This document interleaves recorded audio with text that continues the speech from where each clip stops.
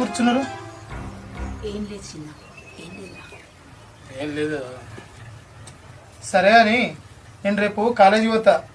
నేను అడిగిన పైసలు రెడీ చేసిరా?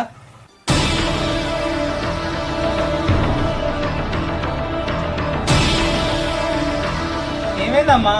నాన్న మాట్లాడరేంది? రేపైతే నువ్వు కాలేజీకి వెళ్ళురా, నేను డబ్బులు పంపిస్తా.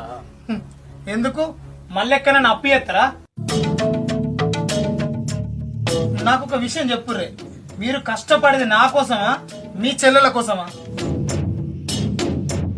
వాళ్లకు పెళ్లి కాలేదు అంటే సరే, వాళ్ళ పెళ్లి లేనే కదా, వాళ్ళ భర్తలు చూసుకుంటారు కదా, ప్రతి విషయానికి ముందుంటారు, వాళ్ళ కోసం అప్పులు చేస్తారు.